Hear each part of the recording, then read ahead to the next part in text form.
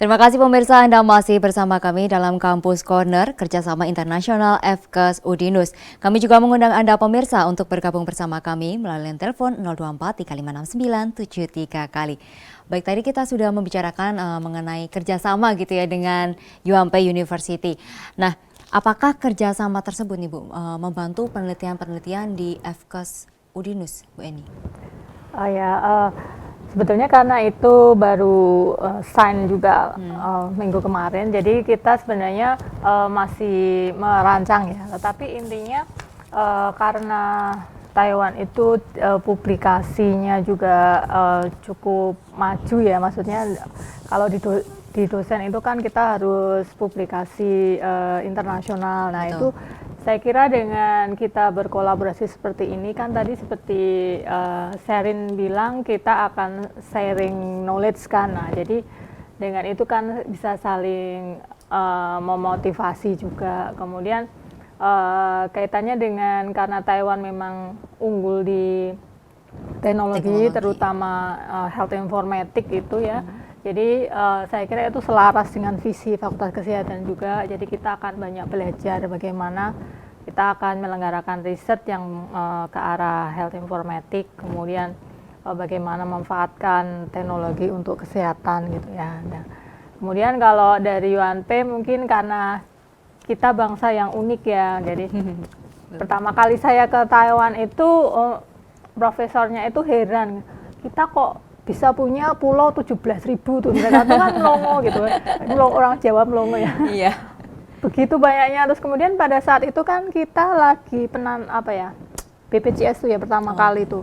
Sana tuh juga bingung bagaimana negara yang sebesar itu berani menerapkan universal health coverage yang buat mereka saja yang negara kecil itu sulit gitu. Kenapa kita kok bisa? Wah, itu mereka penasaran gitu juga. Nah, saya kira karena kita unik ya, mungkin mereka juga tadi bicara ingin belajar culture dari kita juga sebenarnya gitu. Jadi aneh. Kemudian pengalaman juga tadi dia ada bilang kita kan punya religion. Nah, di sana juga jadi kalau saya di Taiwan itu mereka suka nanya, ini untuk apa pakai kerudung? Oke, jadi jarang ya Bu di sana gitu ya Bu, iya, hijab masih terheran-heran ya, gitu. Terheran-heran. Kemudian kalau saya sholat itu suka ditanyain, kenapa kamu harus begitu?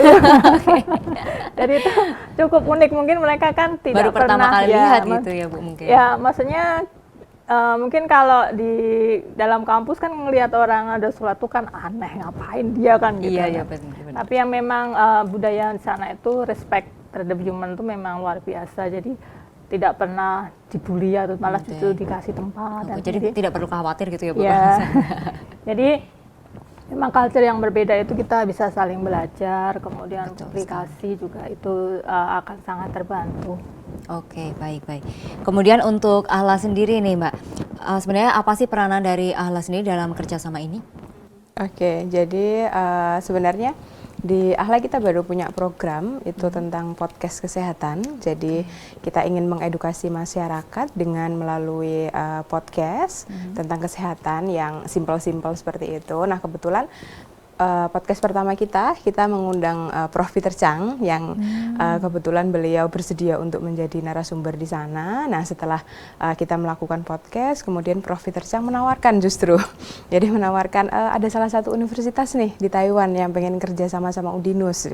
Beliau bilang gitu. Nah, kemudian ya saya terima, akhirnya saya jelaskan kepada dekan di Fakultas Kesehatan, kemudian oke, kita terima kerjasamanya dan akhirnya sampai di sini dan sampai nanti jadi kegiatannya. Itu ceritanya ternyata awal mulanya ada kerjasamanya gitu ya. Itu kan yang memulai AHLA di Asia, jadi pendirinya memang beliau. Jadi pendirinya gitu ya. Jadi karena kita sudah terikat erat gitu ya. Terikat erat. Jadi supportnya untuk kita itu sangat bagus sekali. Tinggi gitu ya. Oke. Nah, ya saya tahu juga nih di waktu penandatanganan MOU kerjasama dengan UNP University itu ada pujian gitu ya, ada pujian nih dari Dr. Chi Cheng Ling ya. Untuk yang penandatanganan itu gimana nih tanggapannya nih Mbak Yani dengan pujian tersebut? Ya, Alhamdulillah kita berterima kasih, maksudnya Ahla Udinus yang ada di Udinus ini, Ahla Indonesia yang ada di Udinus ini, kerja kita diapresiasi oleh mereka, yang artinya selama ini dari 2013 sampai sekarang kita mencoba untuk meningkatkan literasi kesehatan yang ada di masyarakat, kemudian kita buat berbagai macam program pemberdayaan untuk meningkatkan literasi itu, dan kita kan juga sering conference ya, jadi ada annual conference begitu, kemudian kita sharing apa yang sudah dilakukan di setiap country office yang ada gitu. Jadi mungkin juga karena kegiatannya kita juga banyak juga dan dapat dukungan juga dari universitas, jadi beliau merasa bahwa kegiatannya sudah banyak begitu. Baik. Dan setelah dengan adanya kerjasama ini nih, target dari Ahla sendiri setelah kerjasama ini apa nih Mbak? Ya, jadi ada satu target yang sebenarnya kita ingin selesaikan rencananya di tahun 2019 itu, kebetulan kita punya kerjasama dengan Puskesmas, di mana puskesmasnya itu adalah Puskesmas Bandar Harjo. Kita tanda tangani MOU dengan Puskesmas Bandar Harjo, dan kita diberikan satu daerah binaan itu di Kelurahan Tanjung Mas itu. Nah, sebelum ada COVID kan kita rencananya sudah panjang ya. Betul. Ada nanti di 2020 di November kita akan Ya, udah launching direncanakan gitu kan. gini-gini Ya, gitu ya. kita akan launching kelurahan ini setelah jadi kelurahan literasi bla bla bla. Nah, ketika COVID akhirnya ya kita tetap jalan, tapi kan Cuman ya mundur gitu ya, Mbak, agak ya. mundur timelinenya gitu. Jadi Oke. itu yang lagi kita kejar. Oke, yang lagi dikejar itu. Nah, gimana nih Bu dengan penelitian dari FK sendiri? Apakah berjalan dengan lancar atau berbeda nih dengan adanya pandemi ini? Mau tidak mau berbeda ya. Mau tidak mau Terpaksa berbeda, ya. oke. Karena memang misalnya dari sisi pendanaan ya, dari grant itu juga kan tiba-tiba tidak bisa dikucurkan. Jadi Betul. dosen otomatis juga akhirnya menghentikan langkah ya. Misalnya yang bisa dikerjakan, tapi terutama untuk riset-riset yang sudah dirancang berdasarkan grant kan akhirnya juga mundur. Kemudian banyak riset yang ke masyarakat akhirnya juga harus di cancel dulu di gitu untuk cancel dulu. sementara. Nah, kita baru mulai ini ya sekitar akhir tahun ini ya, yang sudah Iya. mulai berani ke masyarakat lah. Maksudnya di mana masyarakat kan sudah agak terbuka ya. Kalau dulu kan langsung nutup gitu gitu ya. kan. Jadi terus menutup kita diri. juga kan masih belum kenal ini siapa sih COVID monster dari mana kan ya. Jadi kita masih mempelajari sebenarnya kita nanti harus bagaimana. Jadi makanya kan ada tahap untuk learning dulu kan, belajar COVID itu kayak gimana, kita harus melakukan apa, berstrategi. Nah, kemudian setelah kita agak tahu udah kenal COVID seperti ini ya, jadi kita agak mulai berani ke masyarakat dengan protokol kesehatan sebagainya. Baik. Kemudian. Nah, itu bagaimana tuh Bu kontribusi penelitiannya terhadap masyarakat? Ya seperti diceritakan Bu Yani, kita kan ada desa binaan itu ya, jadi untuk Jadi meningkatkan desa binaan itu ya. literasi kesehatan itu, jadi ke masyarakat kita adakan penyuluhan pengabdian gitu kan.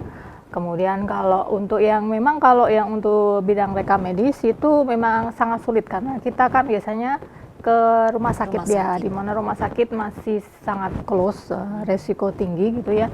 Akhirnya yang dilakukan kita berpindah ke arah data sekunder seperti saya bilang tadi. Jadi tren penelitiannya kita menggunakan data sekunder, menggunakan data mining, mengolah data yang sudah ada seperti itu. Baik, ini kan masih di masa pandemi nih Bu. Nah, apakah sudah ada penelitian yang untuk membantu meredakan pandemi COVID-19 ini Bu?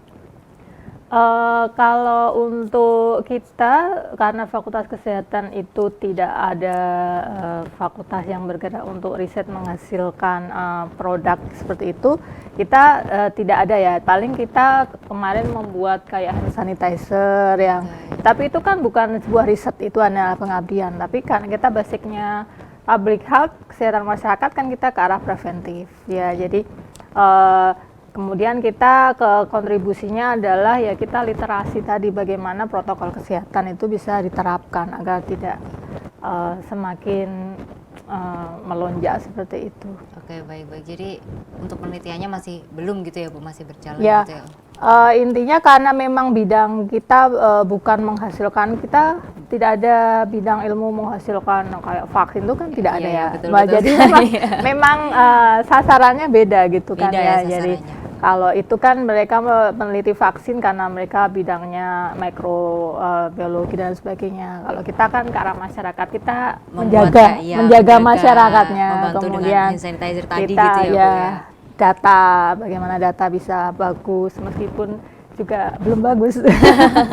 Tapi diusahakan akan menjadi lebih bagus gitu ya, Bu ya. Oke, baik, nanti kita akan lanjutkan tapi setelah jeda berikut ini. Ya pemirsa, jangan kemana-mana, Kampus Corner akan segera kembali untuk Anda usai jeda berikut.